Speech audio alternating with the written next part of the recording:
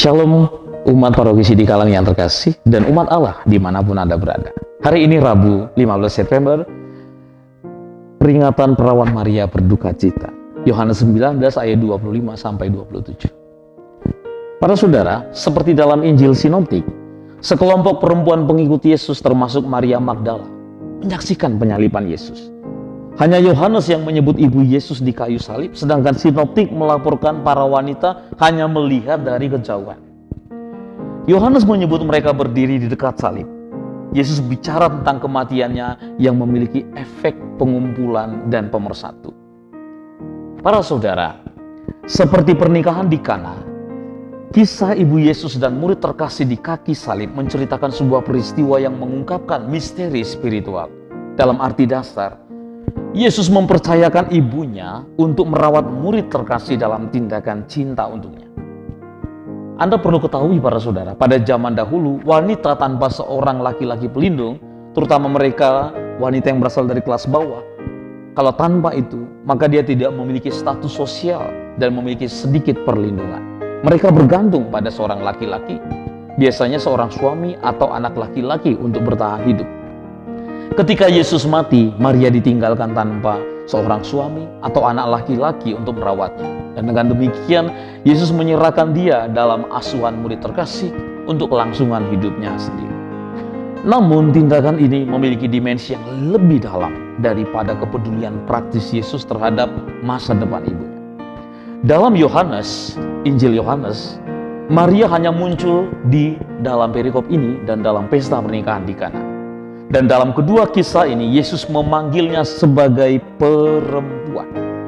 Seperti disebutkan sebelumnya, gelar ibu Yesus memungkinkan Maria untuk melayani peran simbolis yang lebih besar dalam narasi Injil daripada jika dia hanya disebutkan namanya. Di Kana, Maria tampil sebagai model gereja, perwujudan tunggal umat Allah yang setia. Di salib, Maria muncul sebagai ibu gereja. Sekali lagi, di Kana Maria tampil sebagai model gereja, dan di salib Maria tampil sebagai ibu gereja. Para saudara, persekutuan para murid dengan Allah juga mempengaruhi hubungan mereka satu sama lain. Penginjil menyimpulkan ketika Yesus menyerahkan murid yang terkasih kepada ibunya dan menyerahkan ibunya kepada murid yang terkasih. Sejak saat itu, murid itu membawanya ke rumahnya. Ini juga memiliki makna rohani bagi kita yang lebih dalam daripada murid yang hanya sekedar membawa Maria ke dalam asuhannya. Kata kerja mengambil diterjemahkan di tempat lain dalam Injil sebagai menerima. Seringkali mengungkapkan penerimaan realitas surgawi. Murid terkasih menerima ibu Yesus ke rumahnya sebagai miliknya. Tindakan ini menandakan bahwa realitas rohani gereja, hubungan persekutuan dengan Bapa melalui Putra, telah diterima oleh murid dan telah mengubah hubungannya sendiri. Apa pesannya bagi kita? Saudari-saudara, salah satu pengalaman tersulit dalam hidup manusia ialah menyaksikan penderitaan orang yang dicintai. Meskipun kita mungkin tidak menderita dengan cara yang sama persis, kita tetap berbagi penderitaan dengan orang yang kita cintai dengan cara yang sangat nyata. Karena kita mencintai, kita menderita bersama mereka yang menderita. Gereja menetapkan bacaan ini untuk peringatan Bunda yang berduka cita. Pesta yang berbicara tentang pengalaman ini.